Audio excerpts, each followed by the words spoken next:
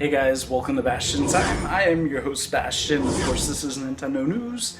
Let's get to that news, shall we? First of all, this is pretty exciting for me, but it might turn out to be nothing because of, well, we'll get to that. But in any case, on the Seiken Densetsu Twitter account, they posted a video that shows them playing Seiken Densetsu 3 on the Switch. Now, maybe these Japanese words are confusing you and you have no idea what I'm talking about and why that's such a cool thing, so I'll try to explain as quickly as I can.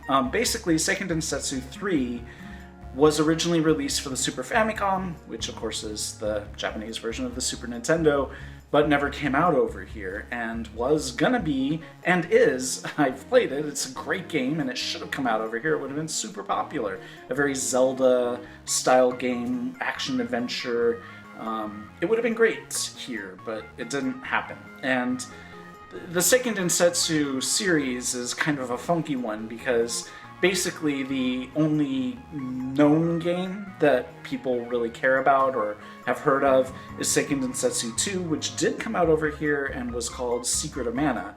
So Seiken Densetsu 3 probably would have been called Secret of Mana 2, even though it's the third game in the franchise, because the first game was for the Game Boy and that was called Final Fantasy Adventure over here. In any case, it's a confusing history. Basically, Square Enix back in the day didn't bother localizing a whole heck of a lot of games because it took a lot of efforts, and they figured Americans didn't care about these kinds of games, so why bother? Which is why we've got strange situations over here in the US where the game that we have that we call Final Fantasy II for the Super Nintendo is really actually Final Fantasy IV. And then the next game, Final Fantasy V, didn't come out over here at all until much later for a completely different console. And then Final Fantasy VI, we call over here Final Fantasy III. Crazy stuff, just simply because they didn't bother localizing games like they do now. And so, basically why this is exciting is because since it's coming out for the Switch... Oh, and to clarify, it then eventually was announced... Yeah, actually, Seiken Densetsu 1, 2, and 3 are all going to be released both physically and on eShop for the Switch, all as one collection together, which is so cool. So what that would mean is Final Fantasy Adventure, Secret of Mana, and then I don't know what they would call... maybe they will eventually just call Seiken Densetsu 3 Secret of Mana 2, like they probably always would have, who knows. But in any case, if those all get localized and brought over here, that would be amazing. It would provide a lot of Switch users with a lot of fun time. And it would finally be what Seiken Densetsu fans have been wanting forever, which is an actual official localized version of Seiken Densetsu 3. We do have a fan translation, and it's a really good fan translation, but it's not official, and you know, you want to play these things officially on your system, so that would be so cool. However, whether or not it's going to be localized is a whole other matter, since Square Enix has this history of not bothering to localize tons of things, so we will see, especially considering it's an old game, and maybe they figure, what's the point of localizing such an old game at this point? Nobody in America would care about that, right? So hopefully I'm wrong, hopefully they will bring that collection over here. It's just, what the heck are they going to call it? The Mana Collection or something? I don't know. But in any case, it would be awesome, although... honestly, I kind of would rather they do some of the... They've done some remakes.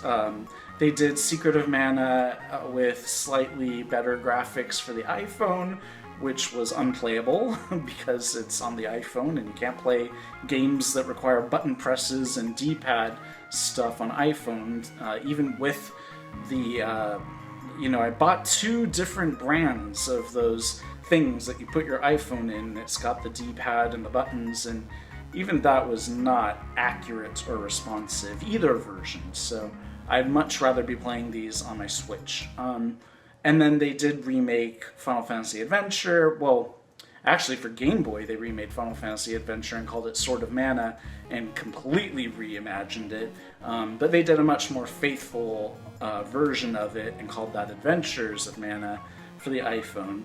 and again, unplayable. So I'd really like to see them release a collection of that, of Adventures of Mana, and then the Secret of Mana version for the iPhone, and then something similar for Seiken Densetsu 3. That would be great. Or heck, I'd really like some of the newer Mana games that they made one just specifically for the iPhone called Rise of Mana that we've never gotten over here, and it's never localized.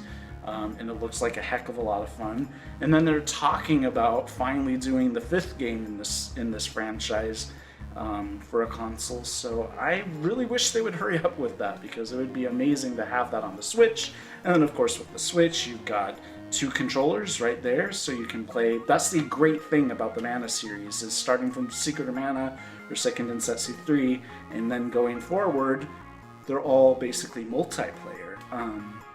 So it's like Zelda, but multiplayer. Different than Four Swords style Zelda too, I might add. So in any case, I really love that franchise. I think it's actually my second favorite franchise after Zelda, so I'd be all for this if it was able to come over here.